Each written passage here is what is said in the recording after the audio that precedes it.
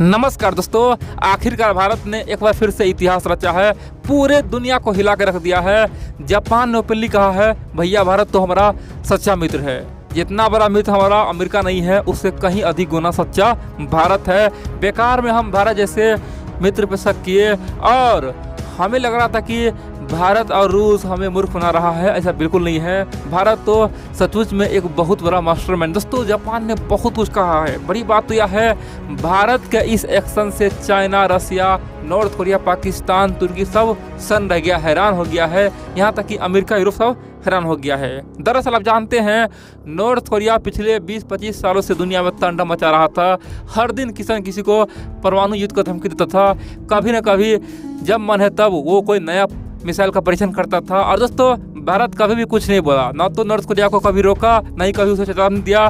भारत अपने दुनिया में व्यस्त था। लेकिन अब की बार भारत ने साफ कर दिया कि ये नॉर्थ कोरिया नहीं, ये तो चीन का दलाल है। ये नॉर्थ कोरिया भविष्य में बहुत ही खतरनाक बनने वाला है। चाइना के इशारों पर काम करेगा। चाइना अगर भारत से युद्ध करेगा, अमेरिका से युद्ध करेगा, तो नॉर्थ कोरिया ऑटोमेटिक सी बात है वो चीन वाले ग्रुप में होगा, क्योंकि नॉर्थ कोरिया और पाकिस्तान चीन का असली चेला है। यही दोनों तो चीन को इतना मोनोपोली बना दिया है, उसका इतना गुण गया है ना कि चाइना नॉर्थ कोरिया और पाकिस्तान की बदौलत ही हर दिन कोई बड़ा धमकी देता है दुनिया को। दोस्तों, भारत तो पहले कहा है कि नॉर्थ कोरिया को खत्म करना होगा, बर्बाद करना होगा। ये जो किम जोंग है ना, खासतौर पर किम जोंग को खत्म करने के बाद का बड़ी बात तो यह है, भारत का इस बयान से नॉर्थ कोरिया पगला गया। बोल दिया भैया भारत से हमारा कोई दुश्मनी नहीं था। भारत सरकार हमें बार बार परेशान कर रहा है, भारत को हम नहीं छोड़ेंगे। जब अमेरिका हमसे पंगा नहीं ले पा रहा है तो भारत क्या लेगा। दोस्तों, नॉर्थ कोरिया अब पगला के भारत को धमकी दे दिया। बोल दिया कि भारत जबरदस्ती हमसे पंगा लिया है, भारत को क्या जरूरी हमसे पंगा लेने का, हम कुछ भी करें, हम चाहे कहीं पे परमाणु बम बनाए या फिर परमाणु बम का मिसाइल टेस्ट करे, भारत हमें ज्ञान क्यों देगा। और दोस्तों, नॉर्थ कोरिया भारत के इस बड़े कदम से पूरी तरह से बौखला गया है। और बड़ी बात तो यह है, चीन भी नॉर्थ कोरिया को बहुत ज़्यादा उस्का दिया। देखो भैया नॉर्थ कोरिया, ये भारत तुम पे बोल रहा है, तुम कुछ करो। बड़ी बात तो यह दोस्तों, भारत का ये कदम हो ना हो बहुत ही खतरनाक रूप लेने वाला है। मैं आपको तमाम बातें बताकर हुआ क्या है और भारत को क्या गया था कि नॉर्थ कोरिया को हम लोग छेड़ दिए। नॉर्थ कोरिया तो कितना शांति से काम कर रहा था।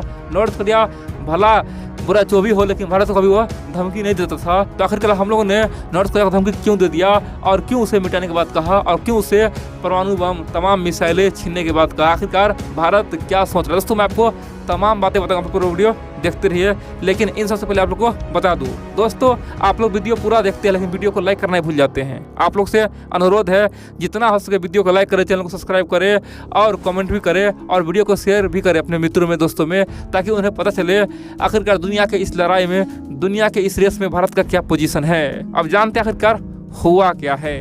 दोस्तों, नॉर्थ कोरिया हाल ही में एक बहुत बड़ा दावा किया।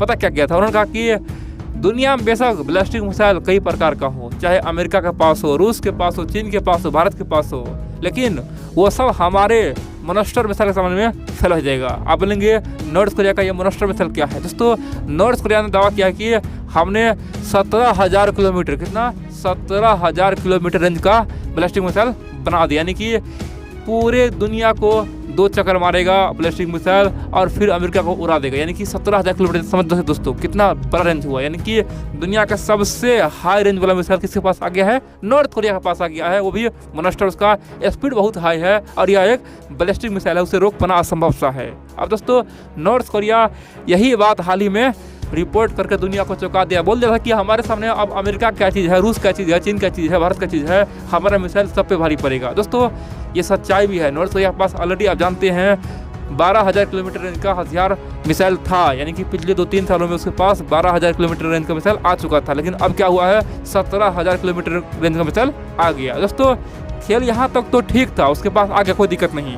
लेकिन जब हाल ही में वो परीक्षण किया, दोस्तों उस परीक्षण में नॉर्थ कोरिया एक बहुत बड़ा मिस्टेक कर दिया। वो भारी भरकम मिसाइल, पता है, वो परीक्षण तो किया लेकिन क्या हुआ, ये मिसाइल सही तरीका से काम नहीं कर पाया। वो क्या हुआ, जापान के पास चला गया और जापान के जस्ट बगल में जो समुद्र सागर है उसमें गिर गया। दोस्तों, अगर कुछ सेकंड का अगर मिसाइल थोड़ा आगे बढ़ जाता है ना, तो देखते जापान में एक बहुत बड़ा शहर को उड़ा देता है। यानी कि जापान में कई हजार आदमी मारा जाता, वो भी नॉर्थ कोरिया की गलती कारण से, क्योंकि नॉर्थ कोरिया पे मिसाइल परीक्षण कर रहा था लेकिन उसे जहाँ भेजना था वहाँ तक पहुँचा नहीं। वो जापान पहुँच के उसके आसपास में समुद्र में गिर गया। इतना ही दोस्तों, ये नॉर्थ कोरिया का मिसाइल इतना खतरनाक था, अगर बाय द वे यही मिसाइल नॉर्थ कोरिया में जब लॉन्च हो रहा था उस समय फट जाता तो भी नॉर्थ कोरिया में भी कई हजार आदमी मर सकता था दोस्तों। जी हाँ दोस्तों, ये कहीं भी गिरे ना, कहीं फटे, कहीं भी लोग मर सकता था। और इतना भारी भरकम मिसाइल कभी भी कोई देश परीक्षण नहीं करता है, वो तो खासतौर पर दोस्तों एकांत में परीक्षण होता है, लेकिन नॉर्थ कोरिया ने करके दिखा दिया और कई हजार लोगों का जान खतरे में डाल दिया था। बड़ी बात तो यह है, इस मिसाइल का परीक्षण करते ही नॉर्थ कोरिया का जो किम जोंग उन्होंने एक वीडियो बनाया और दिखाया, देखो भैया हम कितना पावरफुल है। यानी कि जिस प्रकार से एक हॉलीवुड मूवी होता है उसी प्रकार दोस्तों ये वीडियो बना के शेयर किया कि देखो हम कितना पावरफुल है। अब दोस्तों हुआ क्या, जापान इसी मामला को यूएन ले गया और इस मामले को तुरंत अमेरिका, नेटो, यूरोप सब मिलकर यूएन में ले गया। अब दोस्तों यूनाइटेड में जाते ही अब जानते हैं हाल ही में यूएन में गया और भारत पता है वर्तमान में यूएन का जो नॉन परमानेंट है दोस्तों, यूएन में 15 मेंबर होता है, 5 तो परमानेंट है, उसे कोई बदल नहीं सकता है, बाकी 10 होता है नॉन परमानेंट, यानी कि वो 2 साल में बदलता रहता है। भारत अभी यूएन का अस्थायी मेंबर है। अब दोस्तों जब यूएन में ये मुद्दा उठा तो यहाँ पे भारत को बोलना ही था। बोले क्यों? देखिए भारत का जो इमेज है ना, पश्चिमी मीडिया खराब कर चुका है, यूरोप का मीडिया खराब कर दिया, अमेरिका का मीडिया खराब कर दिया है। ये बोल रहा है देखो भैया भारत हमारे साथ रहता है, घूमता फिरता हमारे साथ है, लेकिन जब कभी रूस पे मुसीबत आता है तो भारत रूस की तरफ चला जाता है। भारत कहीं न कहीं इनडायरेक्ट रूप से रसिया, नॉर्थ कोरिया और रूस वाला ग्रुप में है। भारत पे विश्वास कैसे करे, भारत तो दोस्त के लायक है। दोस्तों इस तरह का इमेज कौन बना दिया है? ये पश्चिमी देशों ने बना दिया भारत का, ठीक है। और हमारे पास मजबूरी था, हमें ये बताना था कि भैया रूस का मामला अलग है, रूस के लिए हम बेशक चुप रहते हैं और हमेशा रहेंगे, तुम चाहे सर पटक लो कोई दिक्कत नहीं है, लेकिन जब कभी चीन का बात आएगा, जब कभी पाकिस्तान का बात आएगा, नॉर्थ कोरिया का बात आएगा तो हम यहाँ पे फ्रंट पे खेलेंगे, बैटिंग करेंगे, टेंशन मत लो।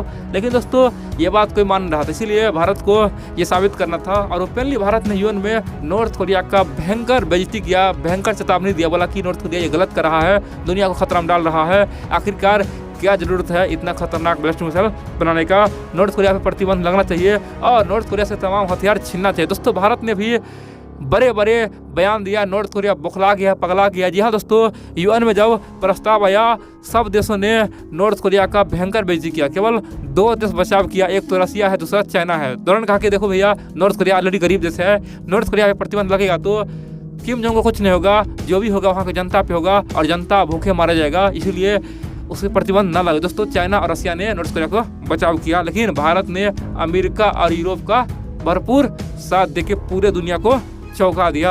अब यहाँ पे कई सारे मित्र बोलेंगे तो आगे क्या होगा? दोस्तों आगे देखेंगे, नॉर्थ कोरिया भारत का आलोचना करने वाला है, क्योंकि नॉर्थ कोरिया वैसे भी चीन के ग्रुप में था ही, लेकिन दोस्तों नॉर्थ कोरिया को मौका मिल गया है। और भारत ऑलरेडी दोस्तों हाल ही में आप जानते हैं क्वाड का मीटिंग हुआ था, क्वाड के मीटिंग में भी भारत ने नॉर्थ कोरिया का आलोचना किया था, यानी कि भारत नॉर्थ कोरिया का आलोचना अब खुलकर कर रहा है। पता है क्यों? अब जानते हैं भविष्य में नॉर्थ कोरिया का भी भारत का सहयोग नहीं करने वाला है, क्योंकि दोस्तों भारत का गुट ही अलग हो चुका है, वो है यूरोप और पश्चिमी देशों का गुट, और नॉर्थ कोरिया का गुट ही अलग है, वो चीन का गुट। तो समझिए जब गुटबाजी होगा, एक तरफ जहां अमेरिका, भारत, यूरोप होगा, दूसरी ओर चाइना, नॉर्थ कोरिया, पाकिस्तान और रूस होगा।